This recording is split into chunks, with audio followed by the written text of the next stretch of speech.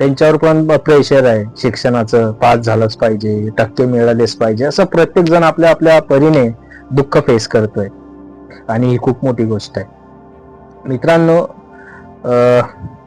गोष्ट कहाणी आपल्याला जीवनाचा सार देतात, त्यातून आपण घडत असतो. आता सोपी गोष्ट सांगतो तुम्हाला. मुंगी असते, मुंगीकडून डिसिप्लिन शिकायला पाहिजे.